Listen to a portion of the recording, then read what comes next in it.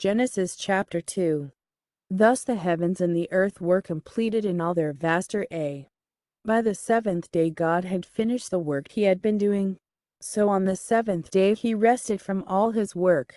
Then God blessed the seventh day, and made it holy, because on it he rested from all the work of creating that he had done. This is the account of the heavens and the earth when they were created, when the Lord God made the earth and the heavens. Now no shrub had yet appeared on the earth, and no plant had yet sprung up, for the Lord God had not sent rain on the earth, and there was no one to work the ground. But streams came up from the earth, and watered the whole surface of the ground. Then the Lord God formed a man from the dust of the ground, and breathed into his nostrils the breath of life, and the man became a living being. Now the Lord God had planted a garden in the east, in Eden, and there he put the man he had formed. The Lord God made all kinds of trees grow out of the ground, trees that were pleasing to the eye, and good for food.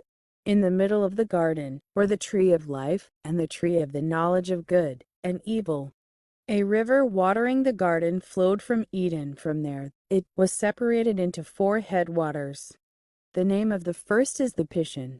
It winds through the entire land of Havilah, where there is gold.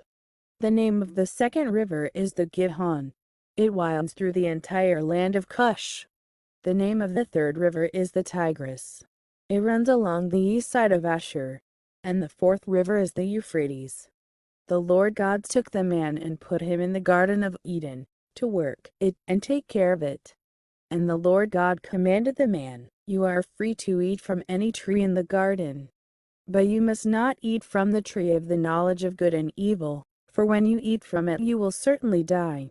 The Lord God said, "It is not good for the man to be alone.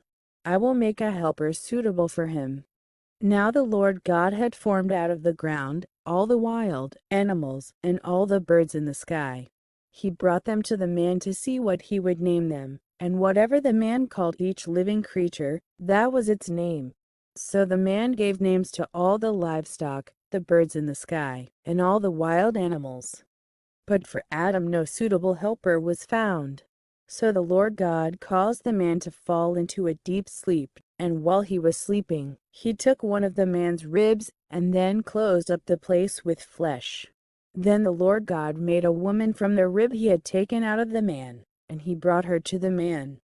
The man said, "This is now bone of my bones, and flesh of my flesh.